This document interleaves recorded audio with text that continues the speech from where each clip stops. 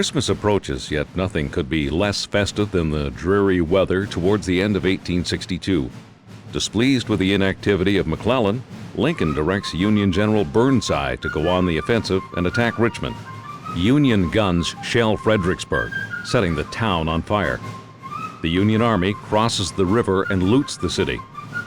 Lee now has 75,000 men on the heights overlooking the burning city. Lee can't believe the Union would dare attack his well-fortified positions, but he misjudges Burnside's recklessness. The order is given. Burnside orders his men to attack Lee's two fronts.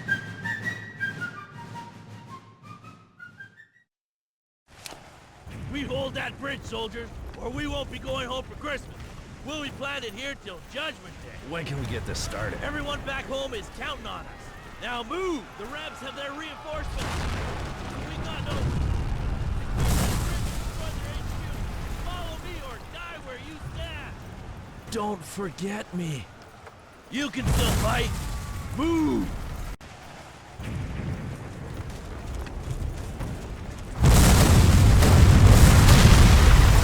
We will hold this position at all costs. Rebs cross this bridge, they'll have to step over our dead bodies. Stand with me, boys. Hold your positions, shoot the barricade. Take cover, you fool! Six bayonets, men.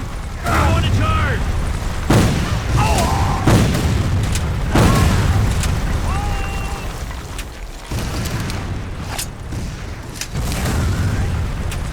They're on the run.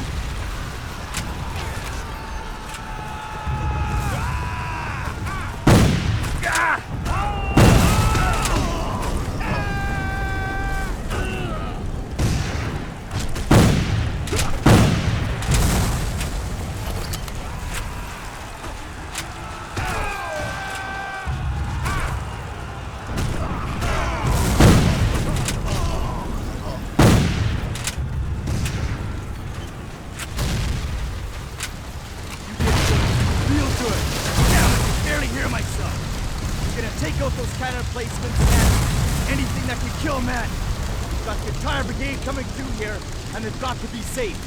Godspeed.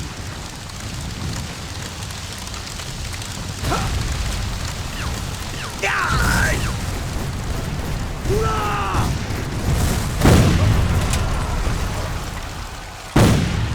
They're on the run.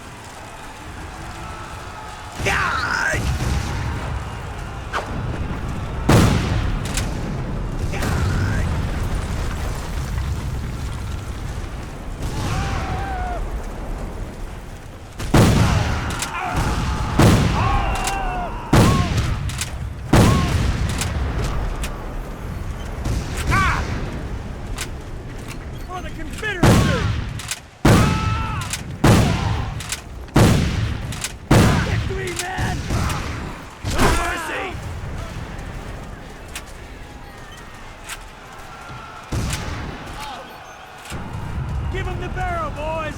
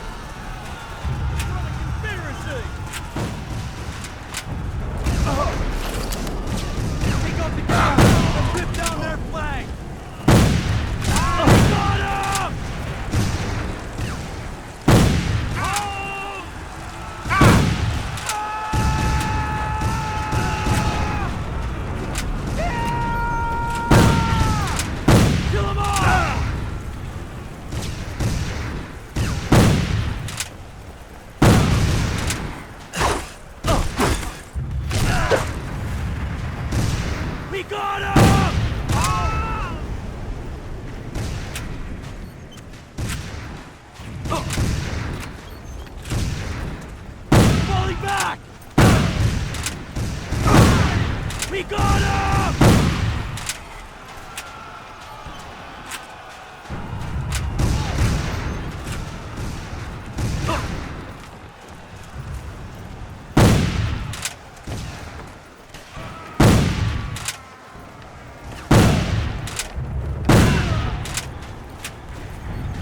Follow me to glory!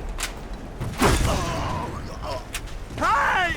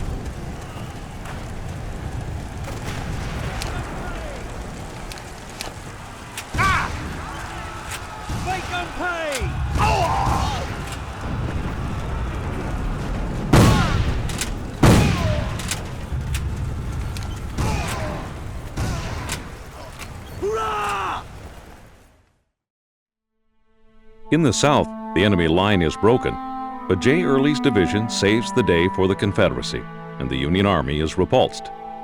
In the north, brigade after brigade attacks Mary's Heights, the bluffs overlooking the looted city. 14 assaults are beaten back before Burnside realizes his folly. That night, the temperature drops below freezing. Survivors build shelters with the bodies of the dead. They are encamped there all night and the rest of the next day before they are ordered to withdraw.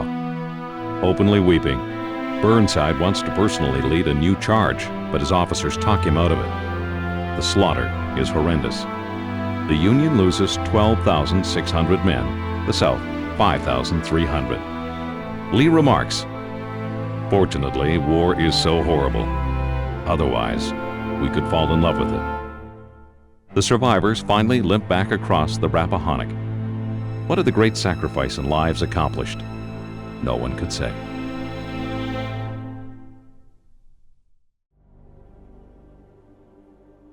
July 1863. Confederate President Jeff Davis urges Lee to take the battle to the north. Lee sends Jeb Stuart around Union lines to invade the north in Pennsylvania. Stuart stumbles upon Gettysburg for no other reason than it warehouses boots, badly needed by his soldiers. Union generals Buford and Meade both converge on the rural Pennsylvania town. In no time at all, a ferocious battle begins. On the second day of fighting, in spite of the advice of his generals, Lee starts to attack the enemy's flanks at Little Round Top. The Federals must hold this position, or their entire line will be exposed to the Southern attack. Soldier, a sizable line of Rebs is coming down on us fast. Use your sniper rifle to pick them off. It's the only chance we got.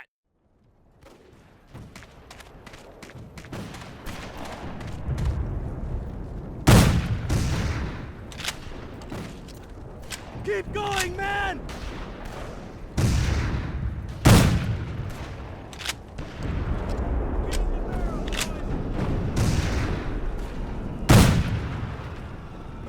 No mercy!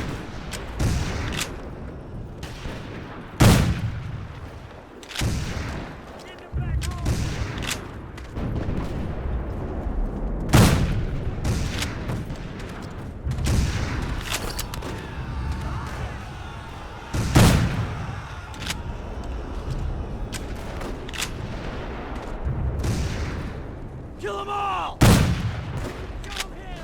Ah!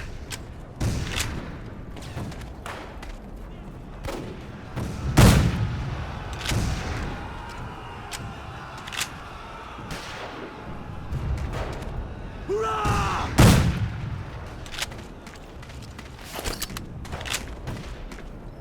Ah! Hurrah!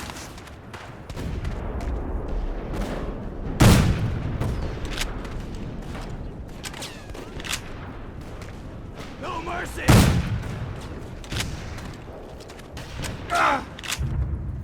Kill them all! Kill them all! Ha! Follow me to glory!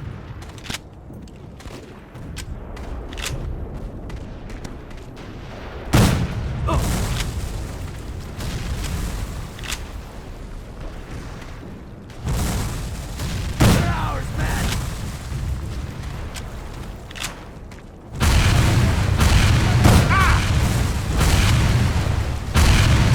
Follow me to glory! Oh, victory, man! We've got to get out of here. Retreat to Little Round Top on the double. Eliminate every soldier on the way. Gee, move it now or die where you stand.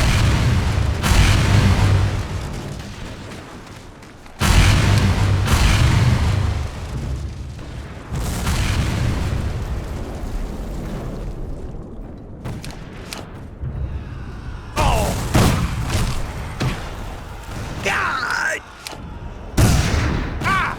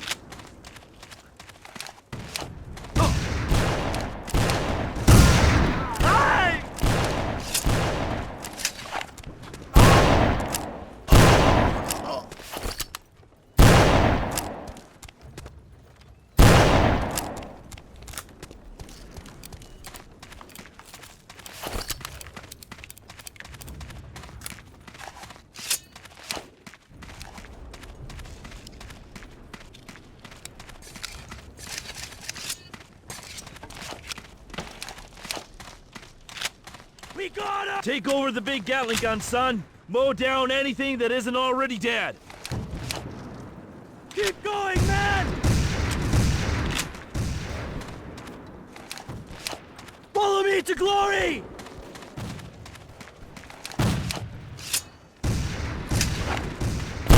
Kill them all!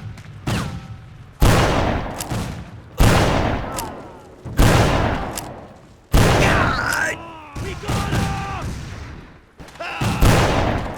We got him!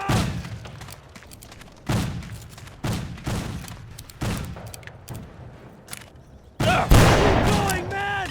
I got a order from Commander Chamberlain. We are running out of ammo. Fix bayonets, men.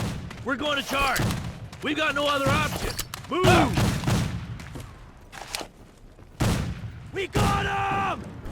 They're falling back! They're on the run! Oh! Hurrah! They're on the run! Hurrah! They're ours, man! They're ours, man! They're on the run! Follow me to glory! They're ours, man! We got them!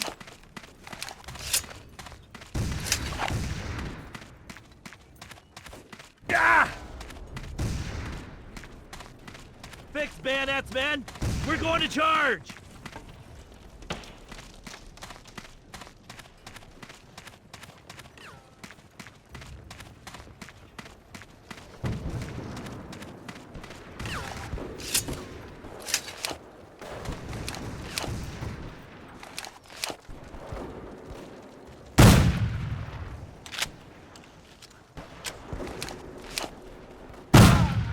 Oh!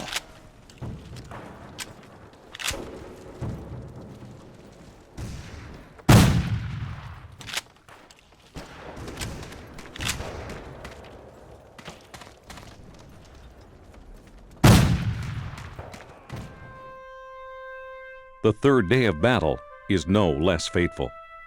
Sensing victory, Lee orders General George Pickett to charge an open field, where behind a stone wall the Union Army holds Cemetery Ridge.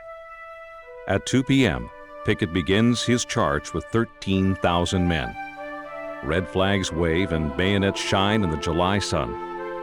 It's an unimaginable slaughter. Single cannon blasts from the Union side kill a dozen packed-together bodies at once. The Confederates reach the stone wall at one place only. They are all captured or killed. Taking full responsibility for the disastrous charge, Lee will never again attempt to invade the North. 6,500 Confederates die or are taken prisoner. All in all, 51,000 men on both sides are killed during 3 days of warfare. Despite Lincoln's urgent pleas, Meade refuses to attack the retreating army. His own troops are too exhausted. No one knows it yet, but it's the beginning of the end for the Confederacy.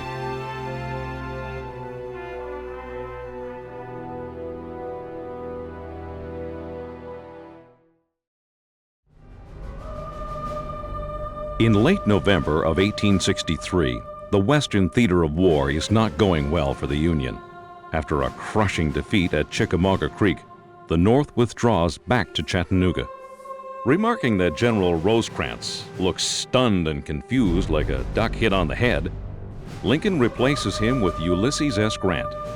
Southerners hold 3 key positions overlooking the city. General Hooker attacks the South's left flank, Sherman the right. Losing his way in the mist, Sherman charges in the wrong direction. Along with Sheridan, Grant orders the hero of Chickamauga, George Henry Thomas, to assault the center of the rebel stronghold. It's a bold but dangerous decision. Thought about skedaddling. You don't think I hate? They got nowhere to go. My brother was killed at a bull run, and my mama passed right afterwards. This is all I...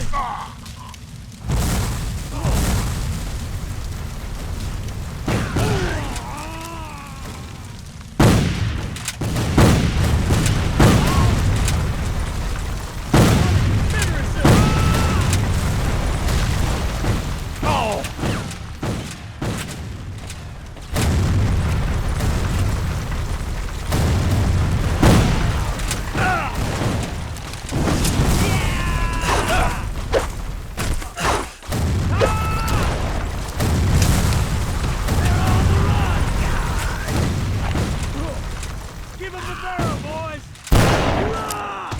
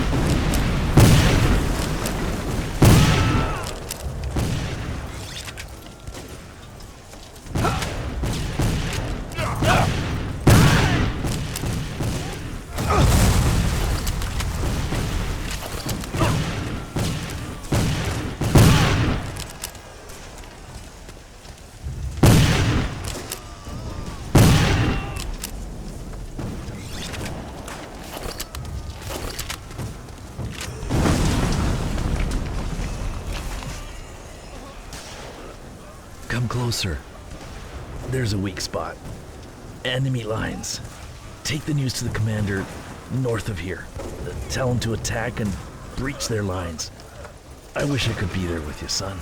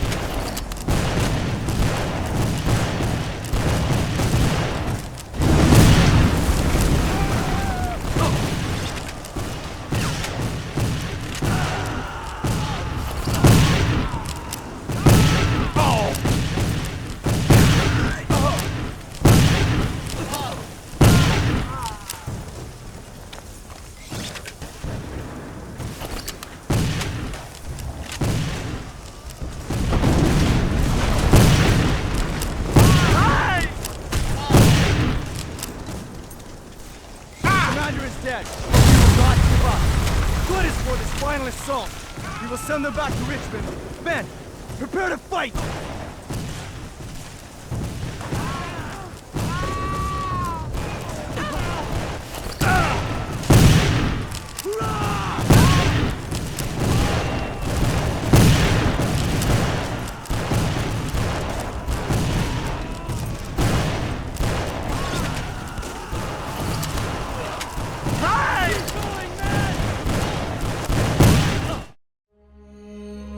After capturing Lookout Mountain, General Phil Sheridan of the Union is so emboldened that he attacks the South's next stronghold, Missionary Ridge, without direct orders to do so.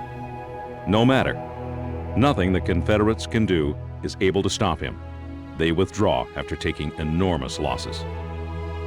It's a great victory for the North, and the glory goes entirely to Grant, solidifying his hold as Lincoln's top commander.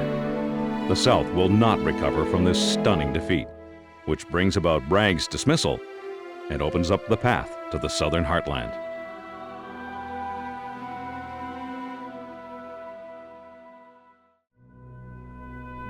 At the north of the Cape Fear River, the Confederacy in the early days of the war took control of a spit of land in North Carolina. Fort Fisher keeps Union ships at a distance, allowing blockade runners to smuggle in provisions for the South. The entire survival of the Confederacy is dependent on its massive guns. On January 12, 1865, the Union makes its second all-out assault on the fort.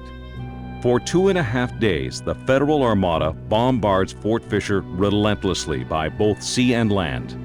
After the massive bombardment, more than 3,300 infantry and Marines assault the stronghold on two sides. You will secure the landing zone and eliminate all resistance. I want every one of you to meet me there. Wait at the wall breach for further orders. Forward!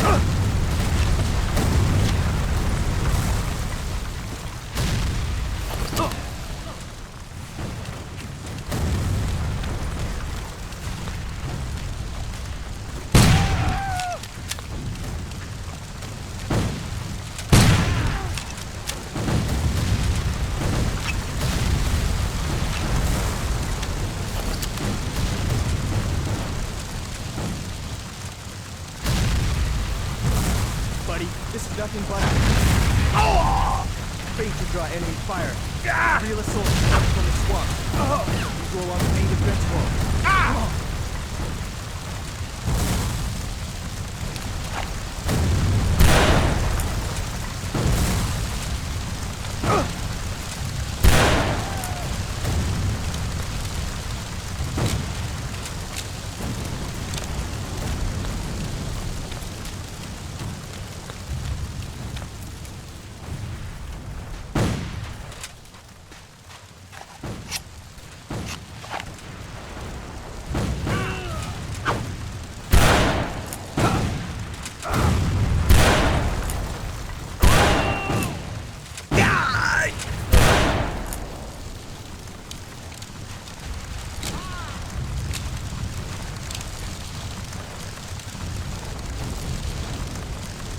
I'm hit, so it's all up to you.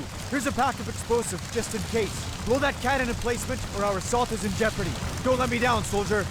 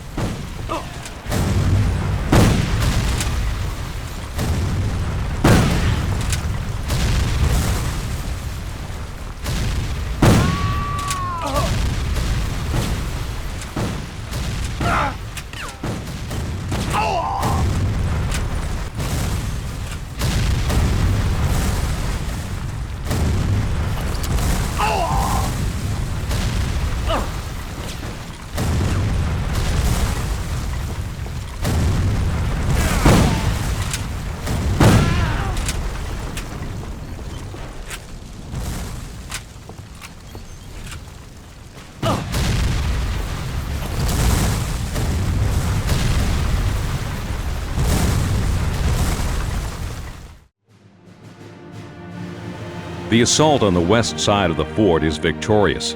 After several hours of horrendous hand-to-hand combat, the rebels call it quits, with only a small contingent retreating to Fort Buchanan. It doesn't take long for them to surrender as well. Wilmington, North Carolina is taken within weeks. Once supplies to the Confederacy are cut, the end is in sight for the Confederacy.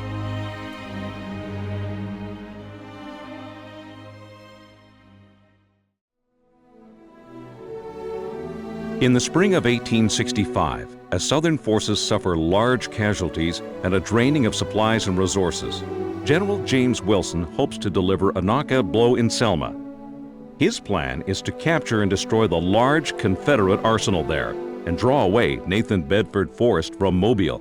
Major General Forrest is the war's most daring and colorful commander. No man is more feared by the North, except perhaps Robert E. Lee himself. Forrest gathers his forces to defend Selma. On April 1st, Wilson's advance guard meets Forrest's forward line at Ebenezer Church on the crossroads before the city. An intense standoff takes place at the outer works of the city.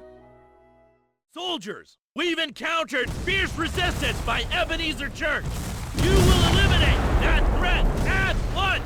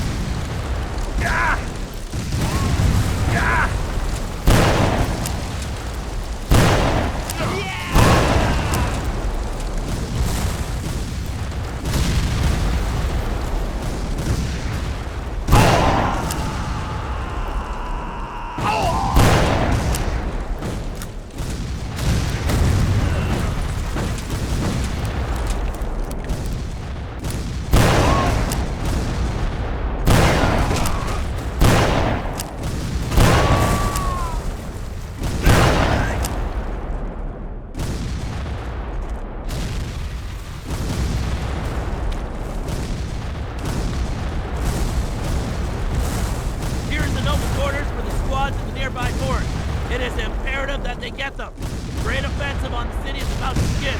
Don't let us down.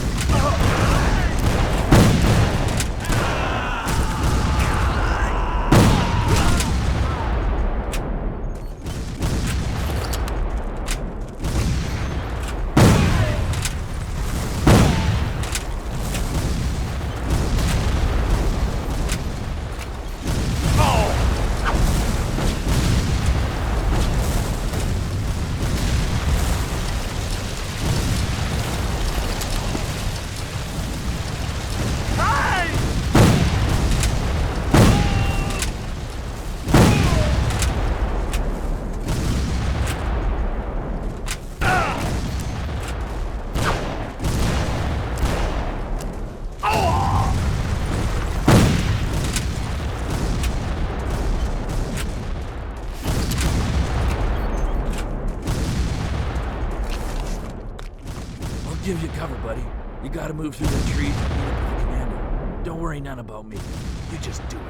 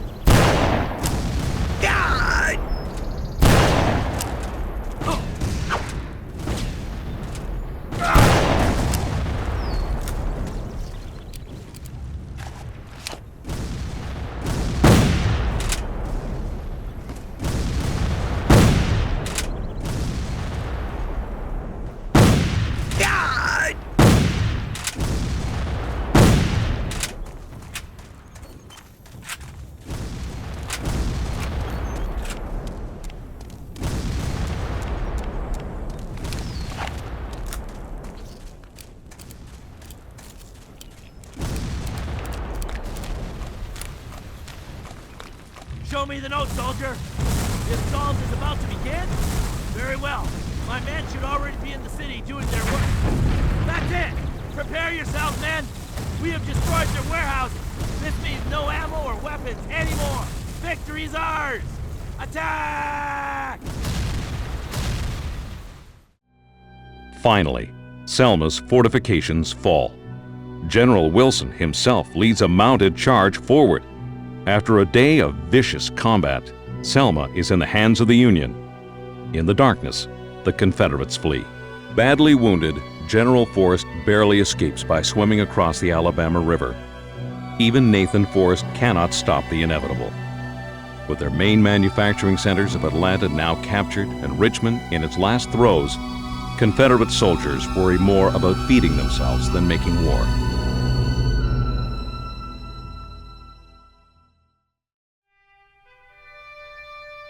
July 21st, 1861 is a beautiful day for the first major battle of the war. Union soldiers, their uniforms clean and pressed, march on Bull Run Creek under General McDowell. They are 37,000 strong. Martial music plays and Union banners flap in the wind. Waiting at Bull Run Creek are 22,000 Confederates commanded by General Beauregard and Sidney Johnston. Their strategy is to defeat the enemy's rear and endanger Washington, D.C. Both armies converge near Stone Bridge on Bull Run Creek. A small contingent of Northerners block the southern advance of the bridge. It is up to Southern forces to break through this blockade and continue their assault against the enemy. We win this battle, boys, or it's ours for the taking. These Northern boys turn and run. You'll see. Here they come! Let's move, men! Forward!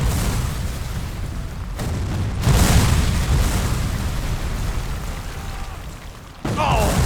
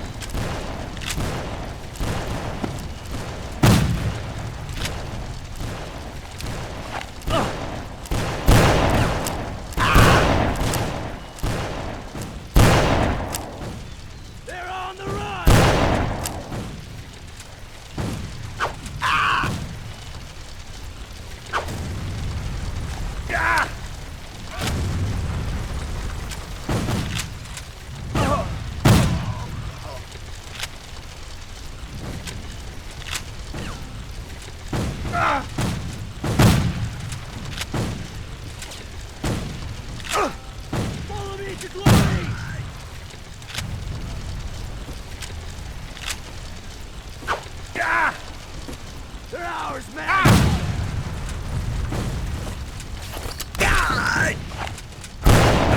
Kill them all!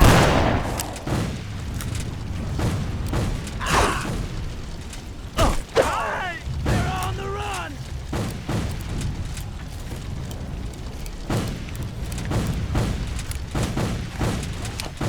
Keep going, man!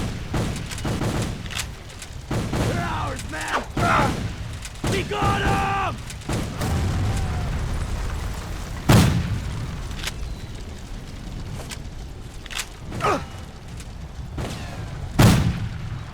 Keep going, man! They're falling back!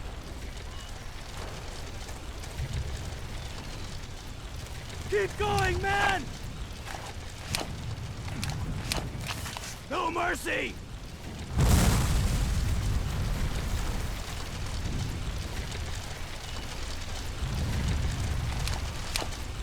Victory, man!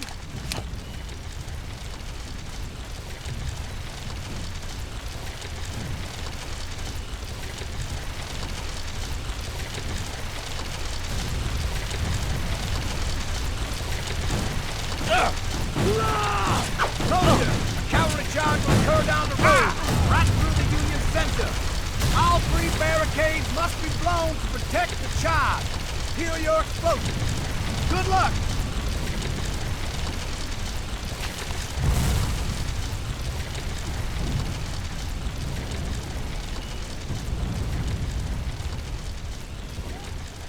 Show 'em hell, boys!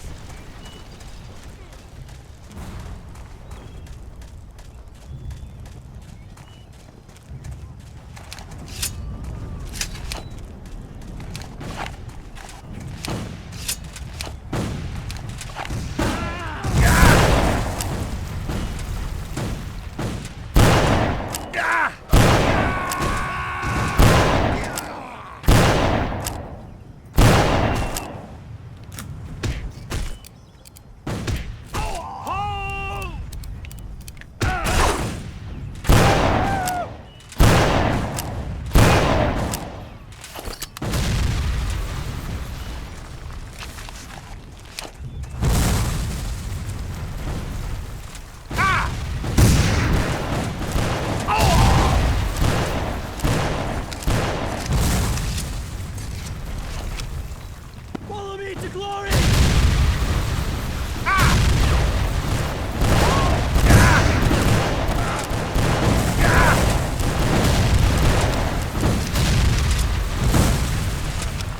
Show 'em hell, boys!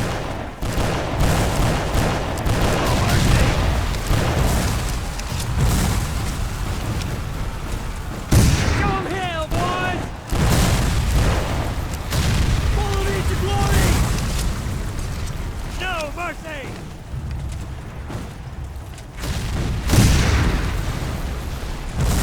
Kill them all!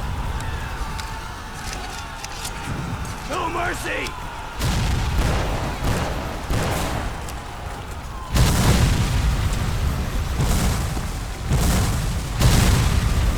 Oh, hell!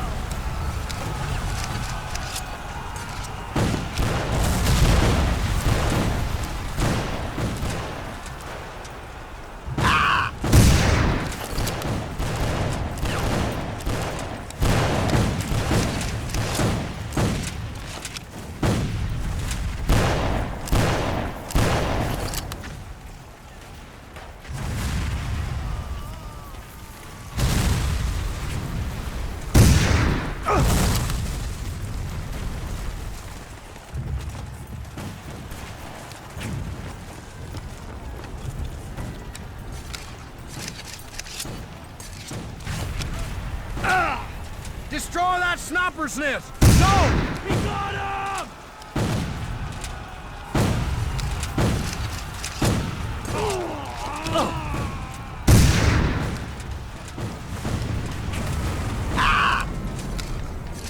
No mercy!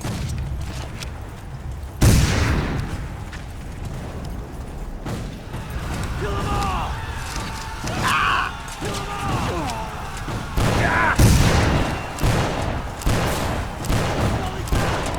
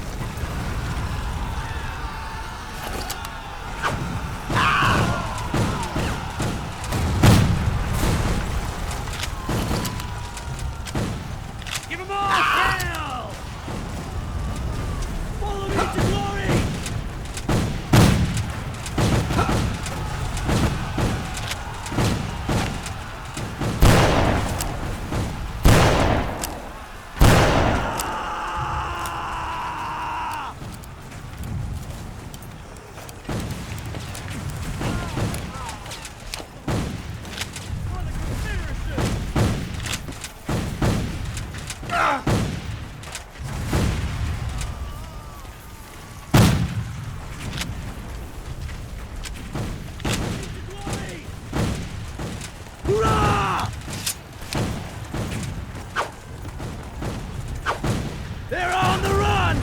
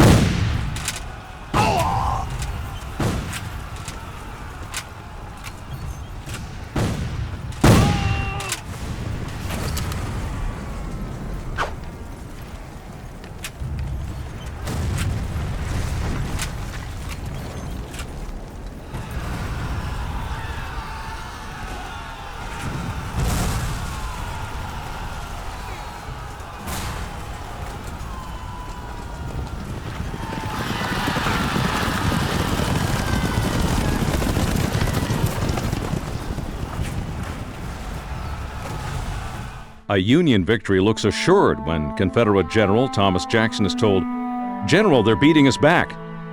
He replies calmly, "Then we will give them the bayonet." His bold defense turns the tide of the battle and forever enshrines him in military lore as Stonewall Jackson. Along with Jeb Stuart, the counterattack pushes the Union forces back to Stone Bridge where panic sets in.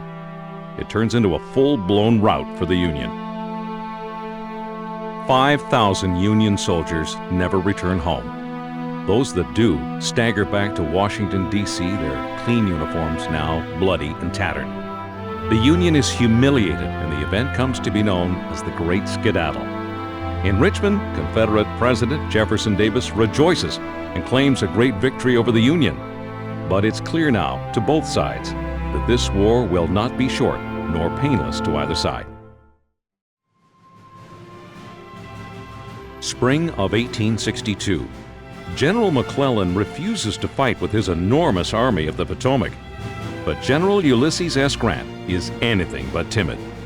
He camps on the west side of the Tennessee River at Pittsburg Landing. Across from him, Sidney Johnston masses his troops in Corinth and plans a surprise attack. Grant's large encampment, 42 kilometers in size, is not properly defended. In the early morning, commanding an equal force of raw recruits, Confederate General Johnston knows he has to stop Grant now before reinforcements arrive. But before the battle is about to begin, a small group of soldiers is about to infiltrate the enemy's positions. Listen up, soldier. You will slip into the center of the Union camp, eliminating all obstacles as you go. That means slitting throats. You will steal into the general's tent and procure strategic documents. You clear? You will then sabotage their survey balloon, and on your way out, destroy the enemy's ammo depot. You will avoid all lighted areas. A platoon of men should be doing this, but you're all I've got. Now don't let me down, son.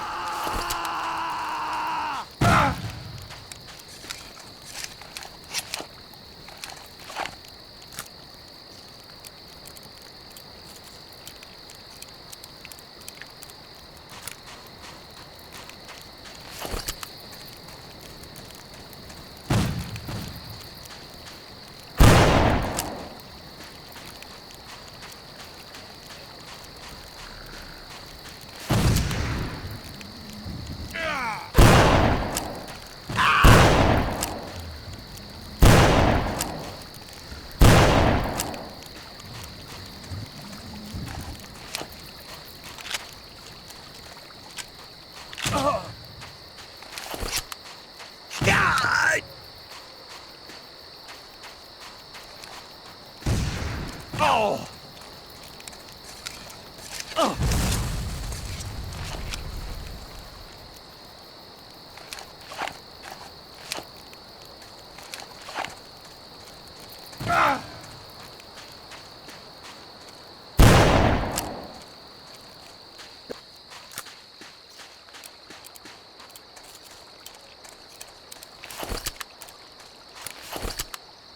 Yeehaw!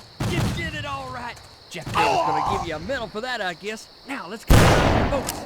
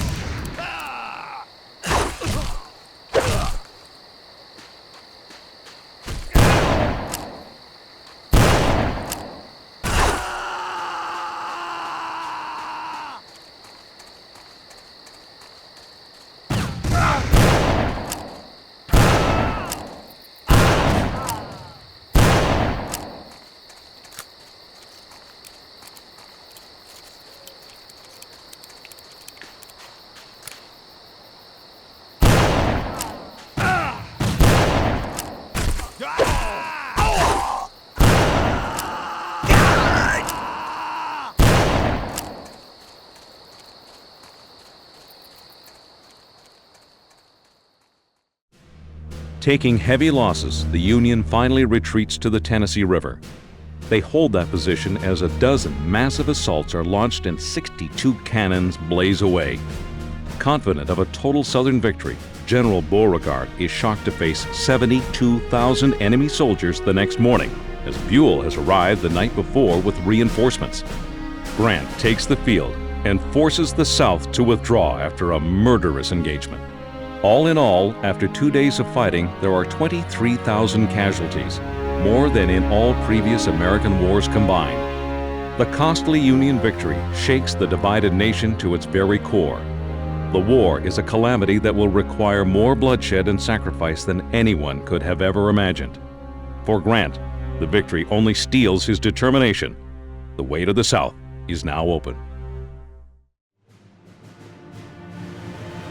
In the late summer of 1862, General Lee invades the North, hoping to deliver a fatal blow to the Union. Lincoln sends General McClellan to stop Lee in his tracks at Sharpsburg, Maryland. Even though McClellan captures Lee's dispatches, exposing his entire battle plan, the overly cautious Northern general still will not act for 2 days. This gives Lee more and more confidence. The North achieves a temporary advantage at Bloody Lane, where Confederate soldiers are trapped in a sunken road and slaughtered. In the southern section of the battlefield, Burnside attacks the bridge at Antietam Creek. They've crossed the bridge, men. We're gonna stop them before they reach our cannons. Anything that moves is fair game. We said our prayers, so let's go.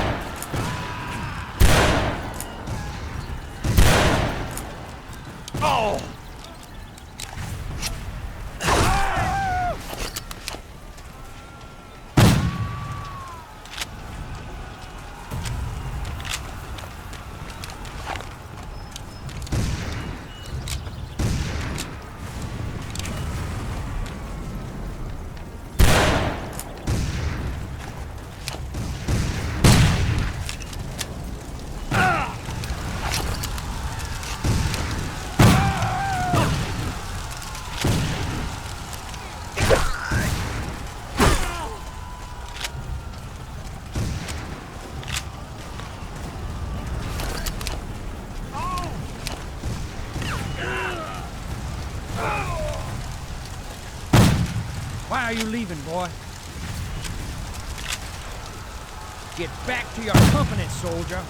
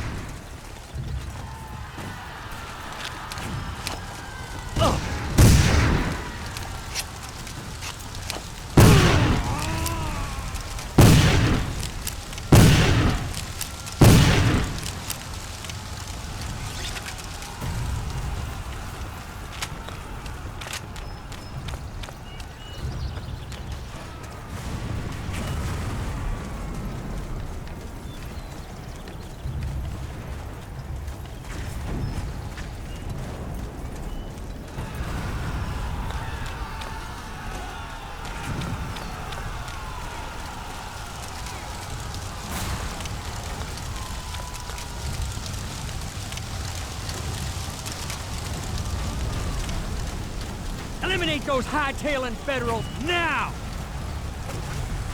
Hey!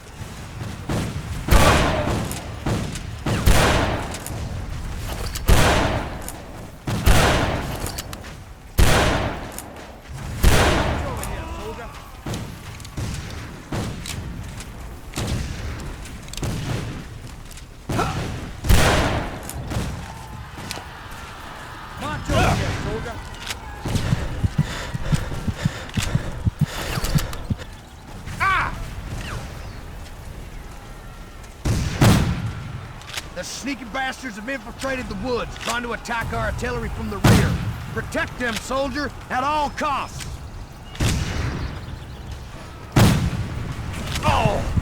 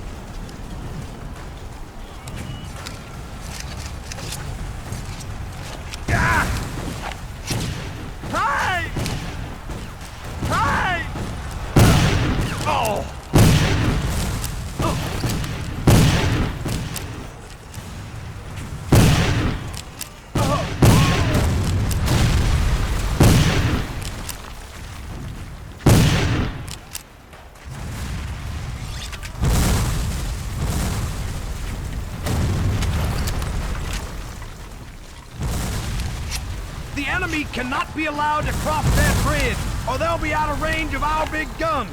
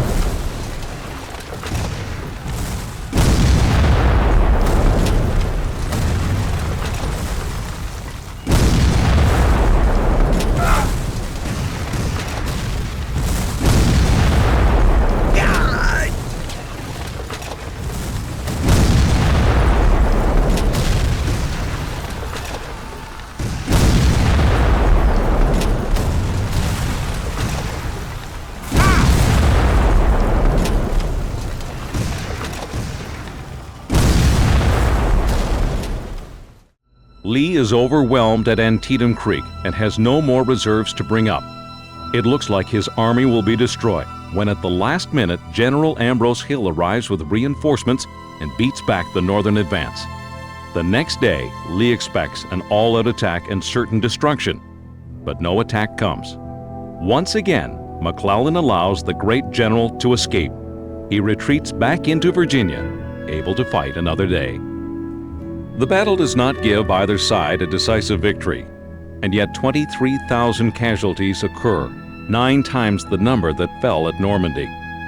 Tremendously disappointed, Lincoln still declares this a victory, and within days signs the Emancipation Proclamation.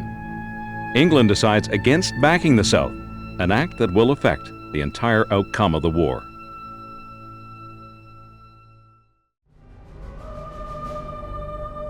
One of the Union's brightest stars, General Hooker has a good plan to feint an attack on Lee at Fredericksburg, then march up the Rappahannock, cross the river, and attack Lee's rear. On April 30th, 1863, with 90,000 men, Hooker's main force reaches Chancellorsville. On May 2nd, Hooker stops his army when reaching Stonewall Jackson's troops. His officers urge him to press forward, but he delays. With 15,000 men, Lee keeps Hooker bottled up in the woods. Jackson leads the rest around the Union lines to attack their rear at Chancellorsville. Completely off guard, the Union troops fall back before darkness falls, desperately trying to ward off the attacking Southern forces.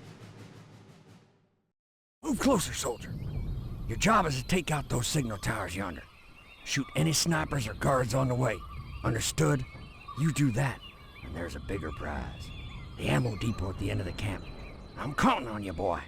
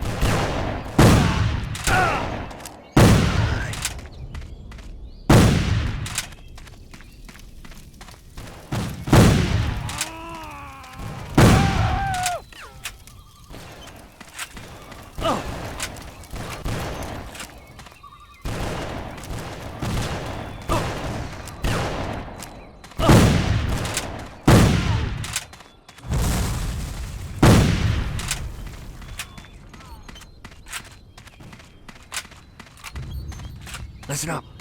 I don't got long. There's an ammo depot just beyond them trees. Best thing is to hit it from the other side. You set fire to them trees and blow it up. Now, don't mind me. I'm going to a good place. Now get! Oh.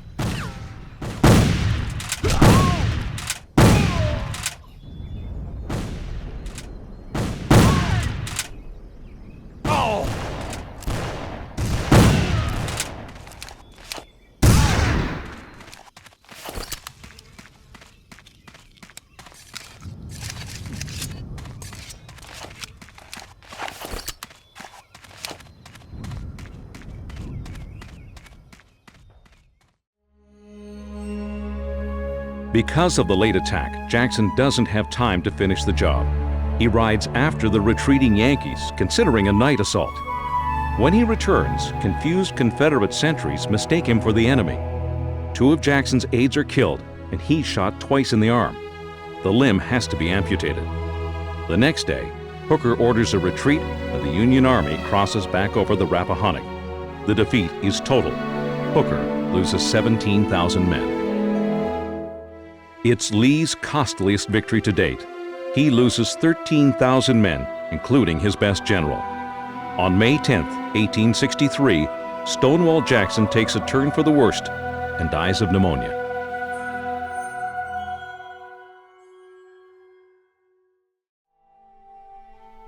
In the summer of 1863, Union General William Rosecrans forces the Confederate Army out of Chattanooga and into Georgia. Defeated at Perryville and Stones River, Confederate commander Braxton Bragg is the most despised officer in the South. Finally, he retreats no more. On September 18th, Bragg makes a stand at Chickamauga Creek. Both armies clash at the bridge over the Chickamauga, suffering horrendous losses. In a heavily forested area, Bragg assaults Rosecrans head-on. Union General George Henry Thomas holds his position until the evening. The next morning, Thomas is once again attacked. He somehow continues to fight the South off, but time is running out for the North. These men are under your command, soldier. You will clear all nearby farms of enemy control. I do not want to see a Yankee uniform unless it's covering a dead body. Is that clear?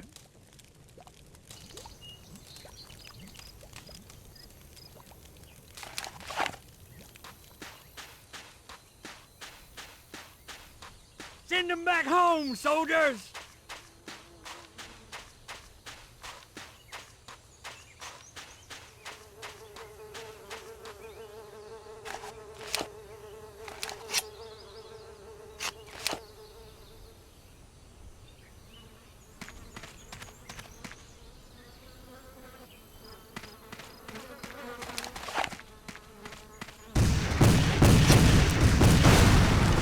Destroy that cannon emplacement!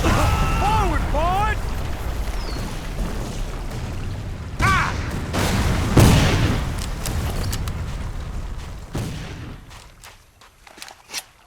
Ah!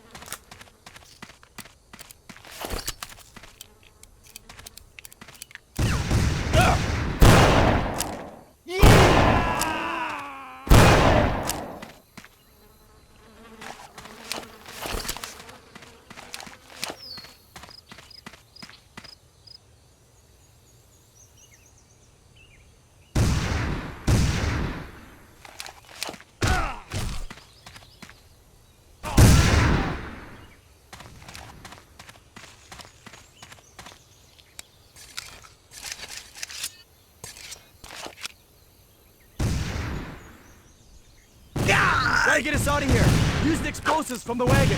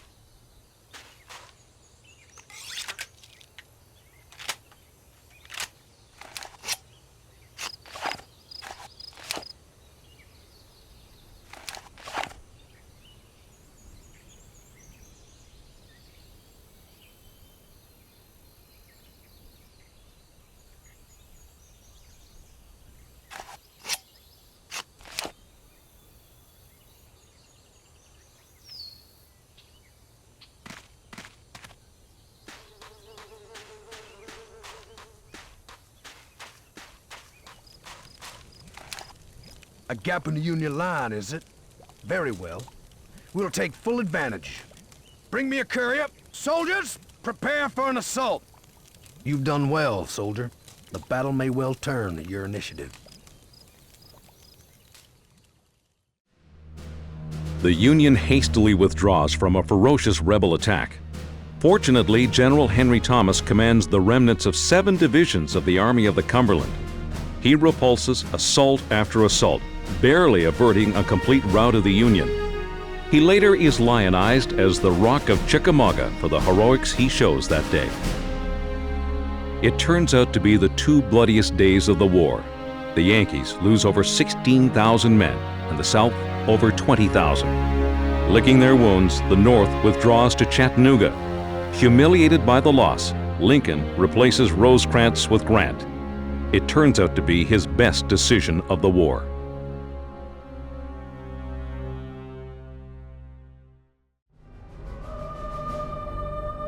In the summer of 1864, President Lincoln finally finds an officer who can face the bloody numbers of this hellacious war. Ulysses S. Grant, now commanding the largest army in the world, 500,000 strong. When he faces Lee for the first time, he is soundly defeated. But unlike every other Northern general before him, he does not retreat. He forges ahead relentlessly towards Richmond. Lee surmises Grant's intentions and marches quickly to stop him. General Grant concentrates his army next to Cold Harbor, where Lee has already staked his position. General Grant brings to the confrontation 120,000 men and a supply line that extends for miles. The bloody battle begins. Don't just sit there. I got word we're on the move. We're gonna kill them Yanks near the river ford, then light up their telegraph. Just for fun, we'll blow up the bridge. How does that sound?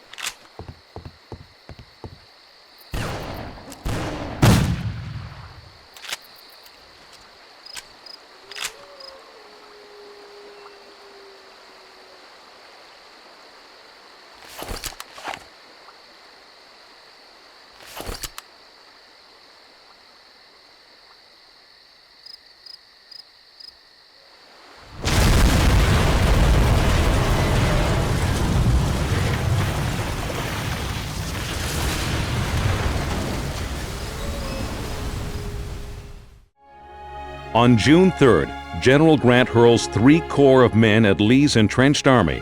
The battle is quick and decisive. In 20 minutes, 7,000 men are killed. Despite the terrible loss of life, it's a standoff. The South stops the North temporarily, but cannot halt their relentless march on Richmond. Despite its heroism and willingness to sacrifice all for the Confederacy, the South cannot match the superior numbers and resources of the Union.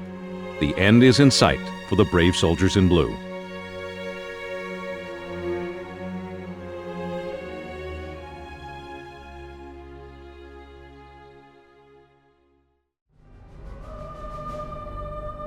A city on the south side of the Appomattox River, Petersburg is the South's last stronghold between Grant's army and Richmond, the capital of the Confederacy. In June of 1864, the Federals attack. Lee knows he cannot ultimately win, but has no choice but to defend the city. A long siege begins. Union forces lay siege for 9 long months. The Confederates build massive entrenchments to beat off the superior Northern forces. On April 2, 1865, Federals make a breakthrough into the city. In Petersburg, everything burns, and every street captured must be paid for in blood. Finally, the Union makes its way towards the last point of Confederate resistance. I want this entire area cleared of all hostile forces.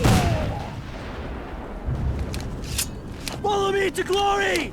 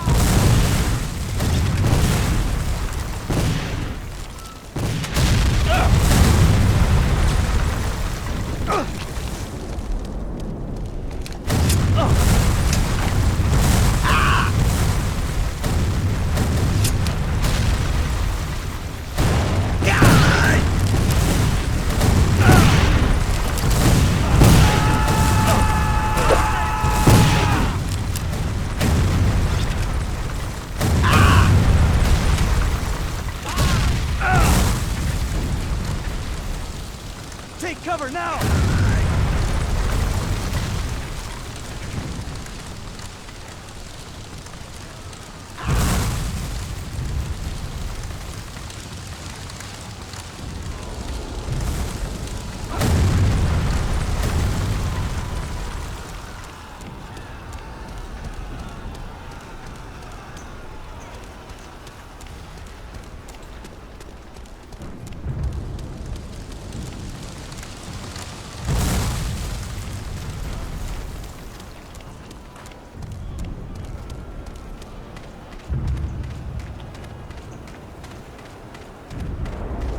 I don't know about you, but I want to be the one to tear down that rebel flag. We'll see who gets the glory of putting up the stars and stripes today. You with me?